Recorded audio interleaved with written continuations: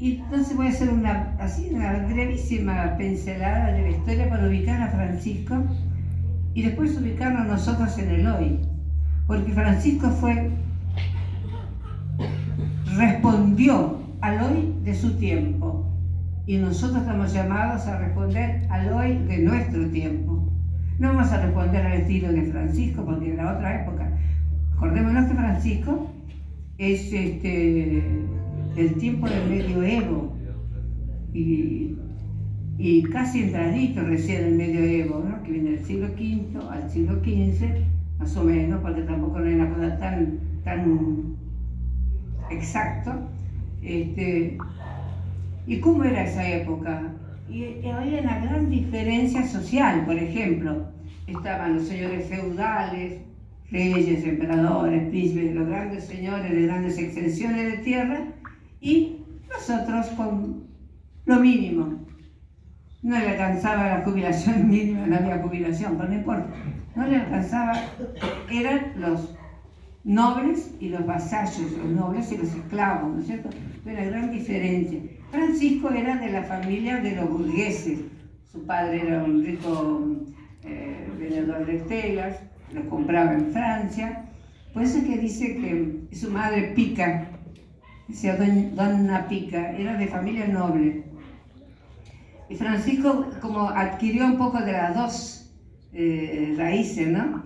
La dulzura de la mamá, la ternura de la mamá, y también el riesgo, el valor del padre que siempre soñaba que su hijo fuera caballero. Porque en la Edad Media, el que era de la condición baja social, si llegaba a ser caballero, adquiría el estatus de importante, ¿no? Y Francisco soñaba con ser caballero. Y de tal manera, su padre también se preocupó, y dicen algunos biógrafos que tuvo la mejor ropa, la mejor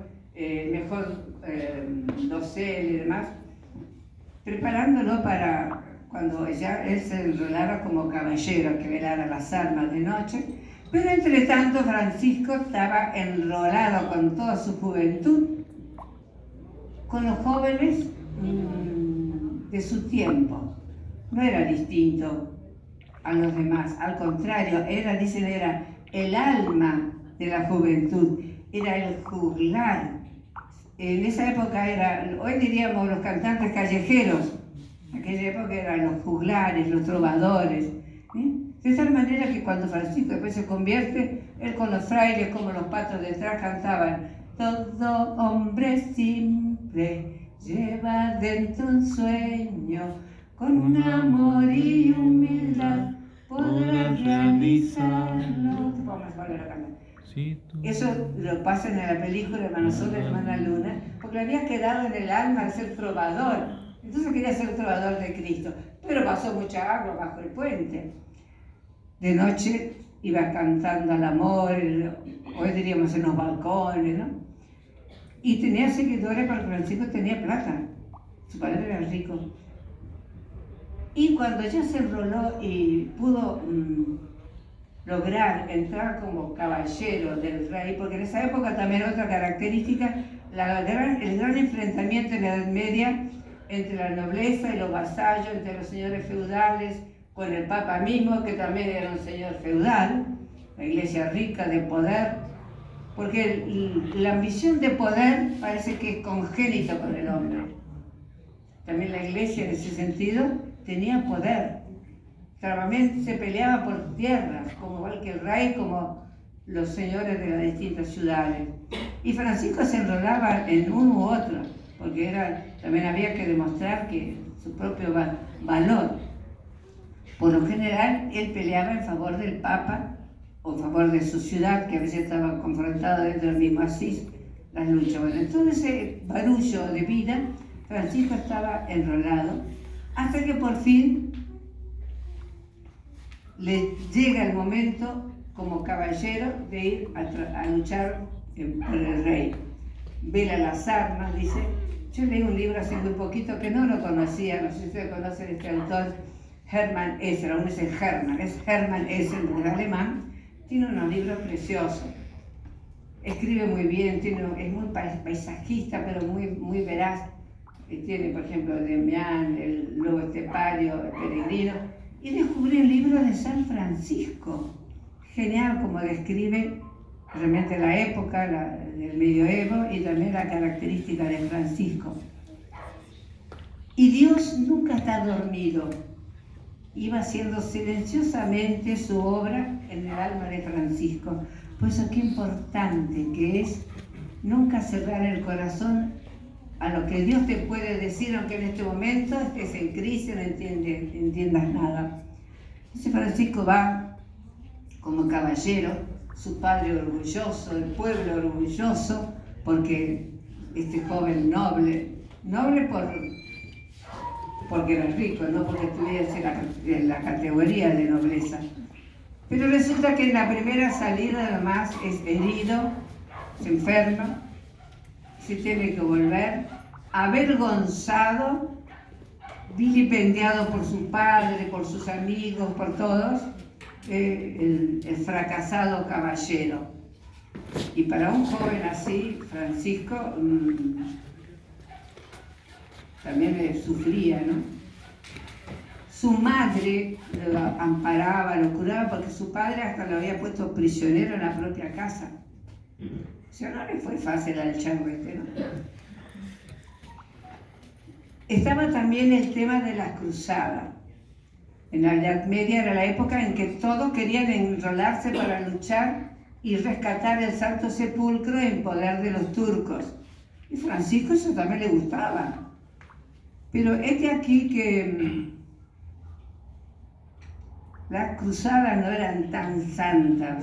También tenían su interés político, su interés económico, su interés... Porque claro, iba al Medio Oriente, donde había, hoy diríamos, los petrodólares. En aquella época no se hablaba de petrodólares, pero era rico. A Francisco eso también le importaba, pero desde lo político, ahí no había... Después va a ir a ver al sultán ya cuando se convierte, porque le quiere convertir al evangelio. Desde aquí que entonces Francisco, cuando está enfermo, voy a cortar un poco, empieza a pensar y a pensar, y después su vida va cambiando, Dios le va cambiando la vida. Y por ahí oye una voz cuando estaba en pleno herido y todo, una voz que le dice: Francisco, ¿qué es más importante? ¿Servir al Señor o al siervo? Y Francisco, no era ni un tonto, dice: más importante es servir al Señor. ¿Cómo tú te esmeras, dice la voz, en servir al siervo y no al Señor? Y eso a Francisco le hizo pensar. Mejor dicho, Dios que estaba dentro suyo le hizo pensar. Y el único Señor es Dios. Y en Asís está la pequeña capilla, yo tuve el derecho de conocer la pequeña capilla de la Porciúncula, la pequeña capilla, y una vez él está adentro orando, miraba al Cristo. La capilla estaba bastante deteriorada, la iglesia de Jesús estaba bastante deteriorada moralmente, afán de poder, competencia entre el poder civil y religioso, como decía antes. Entonces él oye: Francisco, con este Cristo, que no es mío porque el mío lo dejé en Uruguay, me lo prestaron, es nuestro signo, la cruz de San Damián, le decimos, ¿no? Los franciscanos, todos los cufristas la conocen. Dice: Francisco, restaura mi iglesia. Francisco tomó el pie de la letra, entonces sale y canta por las calles, ya empieza como juglar, como trovador, canta, y que dice, ahí cuando pide piedra, ahí cuando canta: todo hombre simple, lo que le sepa cante, lleva dentro un sueño, con amor y humildad podrás realizarlo. Si pusieras cada día con sudor y esfuerzo una piedra y otra más, llegarás muy alto. Pues sigue muy bonito, que los gozos simples son los más hermosos, son aquellos que al fin son los más grandiosos. Cantaba, y así cantando pedía piedra para restaurar la iglesia. Pero no era esa capilla, esa iglesia que Jesús pedía que restaurara, sino la iglesia de Cristo. Entonces él siente que tiene que ir al Papa, que era Honorio III, pide, no creo que la audiencia como se pide ahora al Papa Francisco, que es muy benévolo, le pide audiencia al Papa y no le quieren dar. El Papa, dice sus biógrafos, si es leyenda, si es historia o no, yo no sé, dice que el Papa había tenido un sueño, que un hombrecito diminuto con su hombro estaba sosteniendo la Basílica de San Pedro que se estaba cayendo. Entonces cuando Francisco con ese frailecito va para pedirle una cosa, que el Papa le permita vivir el Evangelio de nuestro Señor Jesucristo sin glosa y en plena pobreza.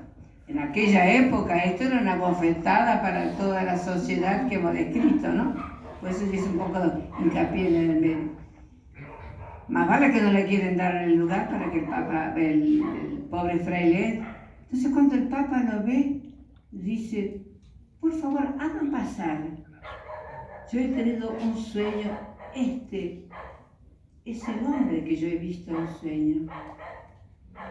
Entonces el Papa, porque también los pobres frailecitos que recién estaban surgiendo y predicaban por las calles, cantaban, eran perseguidos casi como herejes. ¿Cómo unos laicos van a predicar? ¿Cómo pasó hoy también en algunos sectores, donde el laico es el monaguillo promovido nada más? No le dan el lugar. Búsquense los lugares ustedes, ese para el hoy. No digo a los codazos, pero sí. Bueno, vamos a hacer un poco en paréntesis. Entonces surge ahí la presencia de Francisco. Quería vivir el Evangelio de nuestro Señor Jesucristo sin glosa, sin interpretación. El Evangelio como Jesús lo entregó y no agregarle nada. O lo vives o lo dejas. Y entonces les chocaba, sobre todo a las grandes órdenes que estaban los benedictinos y los agustinos sobre todo, les chocaba de que este pobre, los benedictinos tenían muchas propiedades, no tuviera nada y predicara que él quería seguir a Cristo y a Cristo pobre y Cristo crucificado. Eso era como un absurdo para el momento, ¿no? Pero él no se amilanó, porque cuando es algo del espíritu, te da el valor, el coraje para seguir adelante. Y este aquí que muchos jóvenes que antes eran seguidores por La Plata, muchos jóvenes de distintos lugares, descubrieron en Francisco una presencia como gozosa, con ganas de seguirlo. Y así fue creciendo lentamente la pequeña orden. Pero Francisco tampoco su conversión fue ¡pum!, de la mañana a la noche. En aquella época también había una gran enfermedad. Era la enfermedad de la lepra. Que los leprosos eran los postergados, los más pobres, los desechados, los discriminados. Sabemos bien que tenían una campanillita para avisar cuando pasaban por los pueblos, para que todos se escondieran y no se encontraron. Y Francisco iba una vez, dice la bibliografía, montado en un corcel, encuentra un leproso y se pega la vuelta. Y ahí Dios le hace pegar la vuelta, se baja del caballo, le entrega su manto y le da un beso. Y hay un bello poema, el beso al leproso. No lo sé, antes lo sabía, pero se me perdió, no lo sé. Y entonces él escribe, o hace escribir a Fray Maceo, cuando Dios me puso entre los hermanos leprosos, porque empezó a servirlos, el alma se me llenó de mieles, de gozo. Fui feliz y Dios me dio hermanos. Y dice que muchos leprosos lo rechazaban porque nadie los atendía. En cambio, él les curaba las heridas, se las besaba. Pero todo eso fue como golpeando la mentalidad en la Edad Media. Fue cambiando, la iglesia fue cambiando así. Y otra característica muy bella de Francisco, que era un gran contemplativo. Él cuando estaba encerrado, enfermo, encarcelado por su padre, la mente empezó a volarle, a trabajar, y toda su gesta de cantares había incorporado en su alma. Él la volcó para el Creador. Y ahí descubrió algo tan bellamente importante, que todo ser creado es mi hermano. Si hoy tuviéramos esta conciencia, porque hoy hay una lepra espantosa, ¿saben cuál es? El afán del poder y el afán del tener. No importa a quién se le pone el pie encima, porque hago una relectura de la historia, de ayer al hoy, si no pierdo el tiempo. Hoy está la lepra del afán de poder. No importa a quién apriete, a quién avasalle, a quién estafe. Ande yo contento, ande yo con la panza llena, no importa que se muera de hambre el otro, ¿no? El afán de poder y el afán de tener. En cambio, Francisco decía: hermanos, somos llamados a ser los menores, los últimos. Otra característica del espíritu franciscana, la sencillez, la humildad. Saber inclinarte al otro que te ofendió, no darle una patada, sino, qué lindo aprender, como es el Papa, a decir: perdóname, hermano, permiso, hermano, gracias, hermano. Yo una vez leí que un grupo de jóvenes en Rosario, eran estudiantes, como que habían tenido un toque de estos así, ¿no? De tenemos que hacer algo para que la sociedad no sea tan agresiva. Fíjense lo que se propusieron. 5º año. Vamos a llegar, desde que bajemos de donde venimos, a cada uno que encontremos, digámosle, buen día. No, hola, buen día. Es desearte un buen día, que estés bien. Dice que al comienzo se extrañaba a la gente que dijera buen día, pero que después era como una cadena, un reguero. Buen día, qué lindo desde temprano encontrarse bueno, acá no hay, pero por ejemplo a veces yo encontraba en Gualeguaychú los limpiacoches. Buen día, y había uno, era así discapacitado, me venía venir y me decía, se ponía a tiro para que yo lo salude y me dé una palmadita. Cosa más simple y posible. Dios no nos pide cosas grandes. Otra cosa bella que tenemos que incorporar nosotros los franciscanos es lo que decíamos con el amiguito que me vino a visitar, con Teresita. El amor y el cuidado a la hermana Madre Tierra. Yo traje para leer, pero no lo voy a leer. El documento, no sé si tengo piola, tengo cable. Bueno, el documento Laudato Si, ustedes lo han estudiado y leído. El Papa Francisco, ¿se acuerdan cuando narra, él mismo narra, cuando le preguntan que por qué se había puesto el nombre de Francisco? No había ningún Francisco. Los que hemos estudiado historia de la Iglesia, hay 50.000 nombres repetidos, pero de Francisco nunca apareció.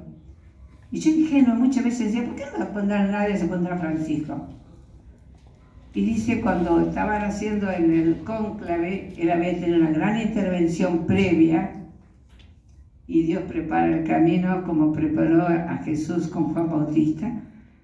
Cuando ya era la tercera votación y vi que las cosas estaban mal paradas, como me propuse, me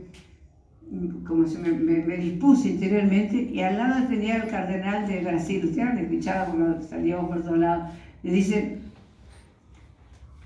me dio una palmadita y dice, acuérdate, no te olvides de los pobres, le dijo el cardenal brasileño a Francisco. Y dice, eso me resonó. Y cuando fui electo papa y me pidieron que sugiriera el nombre, dice, pues no lo tuve que pensar mucho, dije. Me acordé de lo que me dijo este cardenal brasileño, dije, mi nombre es Francisco. Y le preguntaron a los periodistas en su primera entrevista, ¿se acuerdan? ¿Por qué se había puesto ese nombre? Él hizo este relato y dice, porque yo, Francesco, ama lo creado, la pobreza, eran tres cosas, la fraternidad, creo que era la fraternidad. Entonces, por eso me puse el nombre de Francesco, porque Francisco amaba la creación, era pobre y amaba la pobreza, y era fraterno con todo lo creado. Y creo que hartamente el Papa lo vive. Y en ese documento, cuando habla de la creación, dice, Dios hizo al hombre señor de lo creado, no dueño y amo, pero el hombre en su gran mayoría se ha convertido en amo, en explotador. Y cuando hay esas explotaciones, esos desmontes agresivos, ahora están por atacar la Amazonia o Amazonía, no importa cómo se la quiera acentuar, que es el pulmón del mundo. Después no nos quejemos que la naturaleza se retobe. La naturaleza devuelve las agresiones que le hacemos nosotros. Por ejemplo, el desmonte indiscriminado. Los montes sostienen, yo no soy geóloga, estudié geografía, sé que los montes sostienen la tierra, más cuando es gredosa. Entonces cuando hay agua, con mucha agua, sí, el agua va a caer igual con lodo y demás, pero no de esa manera cuando vos dejaste el despejado en el territorio. Lo mismo, los grandes pools de siembra, famosos siembra, los pools de siembra de soja, que han devastado a muchos campesinos pobres. Es una denuncia social que hago que no es mía, es una realidad descriptiva. Yo he estado varios años, yo soy litoraleña, he estado en el litoral, sé que no es solamente en el litoral. ¿Cuántos agroquímicos tóxicos están provocando cáncer? Entre Ríos es una de las provincias que más alto porcentaje de cáncer tiene. Y es debido justamente a las fumigaciones con agroquímicos tóxicos. La minería a cielo abierto, otro. Y por lo general nosotros los argentinos somos quietitos y nos enrolamos en el no te metas. Debemos denunciarlo, no pelearnos, pero sí por lo menos tenemos que hacernos notar que esto Dios no lo quiere. San Francisco se valía de la creación y a cada uno le decía hermana, hermana madre tierra, hermano sol, hermana luna, hermana agua que sos fresca y casta, que riega, que refresca, hermano fuego, que eres vigoroso, robusto, porque Francisco era un poeta, porque lo que describe lo describía con una belleza bárbara. Y por eso está ese canto tan bello, Hermano Sol y Hermana Luna, que también está en la película Hermano Sol. Si lo supieran, la cantaríamos un poquito. ¿Se animarían? Vamos a cantar. Hermano Sol, Hermana Luna, yo quiero saber cómo ha hecho el Señor para dejar sembrada de color toda la tierra de verde y de sol y hacer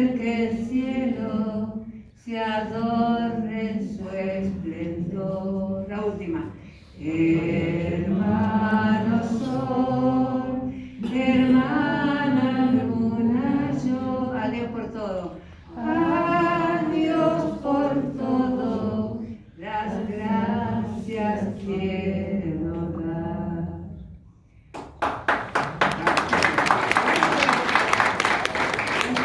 Dice que era hermano vivo. Una vez me tocó a mí, el año de la vida consagrada, me tocó hablarle a todo el clero, toda la vida consagrada de la diócesis con el obispo presente. Me agarraron mansa porque yo no había estado en la reunión de preparación. Por eso cuando se prepara algo no falten, porque después le endilgan el trabajo más comprometedor. Y entonces yo le decía justamente que una de las cosas que nos debía caracterizar, y a San Francisco le caracterizaba, a todos los consagrados, a todos los cristianos, es lo que dice el Papa al inicio del año consagrado. La alegría, alégrense. Siempre donde hay un cristiano, hay alegría. Yo pregunto, ¿es así? ¿Es así? Sí. ¿O debe ser así? Bien, muy bien. Siempre donde hay un franciscano debe haber alegría. Y se debe cantar. Y la creación, Francisco no lo usaba solamente para decir, el hermano sol, la hermana luna. San Francisco a él le servía para la contemplación. Entonces aquel día le dije a los sacerdotes, también nos pide el Papa en este año de vida consagrada fomentar el cuidado de la creación. Digo, nosotros los franciscanos, ustedes disculpen, la mayoría era del clero diocesano, y había congregaciones femeninas de varias. Digo, ustedes disculpen, pero yo como franciscana me apropio lo de Francisco, del Papa también, que tenemos que promover la defensa de la ecología. No solamente defenderla para que sea fructífera, bella, sino también como libro de palabra de Dios para orar. ¿Quién no puede hacer oración, por ejemplo, con una puesta de sol, frente al mar, frente a un arroyo? ¡Qué lindo! Como dice Francisco, que todo es obra de Dios. Y él cuidaba de tal manera que hasta los yuyos, cuando hacía que sembraran en la huerta, sus hermanos, que pedía que una partecita del huerto dejaran sin cultivar para que crezcan los hermanos yuyos. Nosotros sacamos el ultimito, ¿no? Y más los grandes pools de siembra siembran por poco la mitad de la ruta, ¿no? Bueno, entonces, defender la creación es una misión. Yo creo que, fíjense, los tres ejes de la espiritualidad franciscana son primeramente como eje principal, el anonadamiento. Es decir, Cristo se hizo nada. En la encarnación, siendo el Hijo de Dios, dejó el seno del Padre y dijo, Padre, me pongo en tus manos para hacer tu voluntad. Dice San Buenaventura, que es de la época del medioevo, que el Hijo de Dios no se encarnó por el pecado del hombre, sino por pura gratuidad de Dios. En la época cristológica de las grandes discusiones, que si el hombre hubiera pecado, si igual se hubiera encarnado Cristo, San Buenaventura dice, aunque el hombre no hubiese pecado, Cristo se hubiera encarnado, porque él quería sacar al hombre de la postración y hacerlo rostro de Dios en la tierra. Otro de los ejes entonces que a Francisco le encantaba porque era la pobreza total, el pesebre, o sea, la encarnación, el pesebre, la Eucaristía, se hizo nada, oculto. Cuando llega al final de su vida, en el capítulo 13 de San Juan, en el lavatorio de los pies, es el único evangelista que lo trae, léanlo muchas veces que es bello, dice,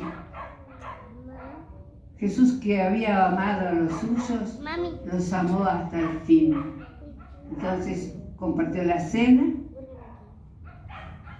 instituyó la Eucaristía, le lavó los pies, dice: yo que soy el Señor y Maestro, les he lavado los pies, hagan ustedes lo mismo, sírvanse.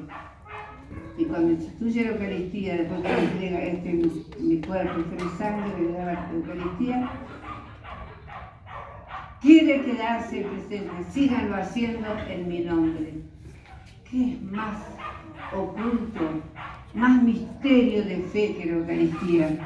El misterio en la fe no es lo oculto, lo tétrico, lo raro, es lo magníficamente grande que mi mente no puede abarcar. Entonces Jesús se quedó velado detrás, ni siquiera es pan, porque la hostia debería ser un pan más en serio, ¿no es cierto? Yo soy siempre una de las protestantes, yo, para esto, ¿no? Protestantes, no. Digo, debería ser una hostia de pan ácimo, pero más grande, no tan finita. Pero se quiso ocultar ahí, misterio de la fe, más pobre imposible. Se ocultó. ¿Para qué? Para estar con nosotros, para servirnos de fuerza, para servirnos de alimento. Pues me encanta cuando ustedes se reúnen en la adoración eucarística. Por eso me gocé tanto cuando un alumno mío, un exalumno mío, ya no es mi alumno, él me enseña a mí ahora, ministro de la Eucaristía, como tantos otros también, Limache también. Digo, qué lindo. Dios me pide a mí la mano, el servicio, el amor, la presencia, para entregar la fortaleza a los demás hermanos. Y eso es muy bello. Y el tercer eje, Cristo en la cruz. Dio todo hasta la última gota de sangre. Dice que cuando el soldado le perfora el costado, solo le salió un poco de agua. Había dado todo. Y Jesús dice, cuando le replica a Pilato: no, a mí nadie me quita la vida, yo la doy. Entregó su vida por nosotros. Primero nos entregó su madre, perdonó a los que le habían ofendido y todavía los excusó, los disculpó. Padre, perdónalo porque no saben lo que hacen. Nosotros diríamos: sos un desgraciado, mira lo que me hiciste, no tendríamos calificativo para... No, Padre, perdónalos porque no saben lo que hacen. Y después dice: en tus manos encomiendo mi espíritu. Él dio su vida por nosotros. Entonces, las tres cosas. Seamos hermanos, cultivemos la fraternidad. En este momento que estamos, yo estoy hasta acá de las propagandas políticas de acá y del Uruguay. Se pueden dar la mano, son igual. Que me perdonen mis paisanos uruguayos. Lo ven ahora que se acabe. Hagan propuestas, no se insulten, que con eso no construyen nada. Critiquen lo que está mal, pero propongan qué debería hacerse. Acá en Argentina, acá en Talparada, acá en Salta, acá en La Quiaca, donde sea. Allá en Casupá, en Florida, en Canelones, en Chimango, donde sea. Propongan. Pero tratémonos como hermanos. Abramos el oído para escuchar al hermano. No es necesario que hagas milagro, con que pongas tu oído para que el otro se desahogue, con que le toques el hombro y sé que estás pasando mal, contá conmigo. No es necesario hacer grandes discursos. La fraternidad es eso. Ser hermano es eso. Hermano, sé que estás pasando mal. No importa, dale un abrazo. Y si por ahí he metido la pata, ¿sabes pedir perdón? Nos cuesta pedir perdón. Sin embargo, decía una locura, qué listo que somos para murmurar. Dice, y tan rico que la murmuración, decía, ¿no? Decía en broma, pero qué lerdos que somos para después inclinarnos y decir, mira, hermano, perdonamos que me he equivocado. Entonces la fraternidad, cada uno construye. Por eso yo estoy feliz de que se esté reflotando Jufra. Yo tengo recuerdos bellos de todos los que han estado acá al comienzo. Nosotros simplemente los acompañaba, pero los chicos se enrolaron en esa verdad. Yo sé que ahora también sigan haciéndolo Construyan la fraternidad universal. Todos somos hermanos. Sepámonos perdonar y si alguien se equivoca, tengamos el valor de decirnos, hermano, te equivocaste. Si no te escucha, porque la corrección fraterna, dice el Evangelio, es esa. Si tu hermano se equivoca, dile. Si no te hace caso, lleva a otro para decirle, mira, eres testigo, te has equivocado. Si no te equivocas, llévalo a la comunidad, pero nunca lo condenemos. Sepamos pedir perdón, sepamos escucharnos. Hoy no hay diálogo. Yo no puedo escuchar esos paneles famosos donde todo el mundo grita y nadie escucha. Todos somos un país de sordos. Deberíamos ser más bien un país de mudos. Cada uno quiere imponer su verdad y eso no puede ser. Entonces, gran amor en la Eucaristía. Sigan siendo adoradores, como dice Jesús, a la samaritana en espíritu y verdad. Sean amantes del Verbo encarnado. Jesús se hizo niño, pequeño, se hizo nada para estar con nosotros, para ser el rostro del Padre en medio nuestro. Y nos invita a que cada uno de nosotros seamos el rostro del Padre. Jesús no le quitaron la vida, dice, nadie me la quita, yo la doy. No es que nos pongamos para que nos martiricen. Hoy tenemos que rezar mucho por los mártires, sobre todo del Asia, que hay muchos mártires actuales. Y capaz que otros mártires en la propia familia, a veces, cuando a los ancianos se los arrumba, cuando a veces entre la familia no se habla. No. Pidamos a Dios que a veces yo no sé qué decirle a fulano. Entonces, yo tengo esa costumbre, digo, Señor, decile vos a fulano, a mengano, lo que yo debería decir y no tengo el valor y el coraje de decirlo, porque temo ser rechazada, pero decile vos. Yo lo mando, ¿no? Ahí mando a mis ángeles que me lo hagan, que tanto, ¿para qué lo tengo? Díganle lo que yo no me animo a decirle. Y estoy seguro que se van a encargar de decirlo. Después, cultivemos la fraternidad, defendamos a la hermana madre tierra, pero a full, ¿sí? Bueno, disculpen porque medio enredado, porque digo, es tan rico, si me dicen que habla de los evangelios, no sabría a dónde agarrar. Y lo mismo me pasa con Francisco. Así que bueno, ustedes agarren lo bueno, lo que no fue tan bueno, déjenlo y adelante. Arrivederci.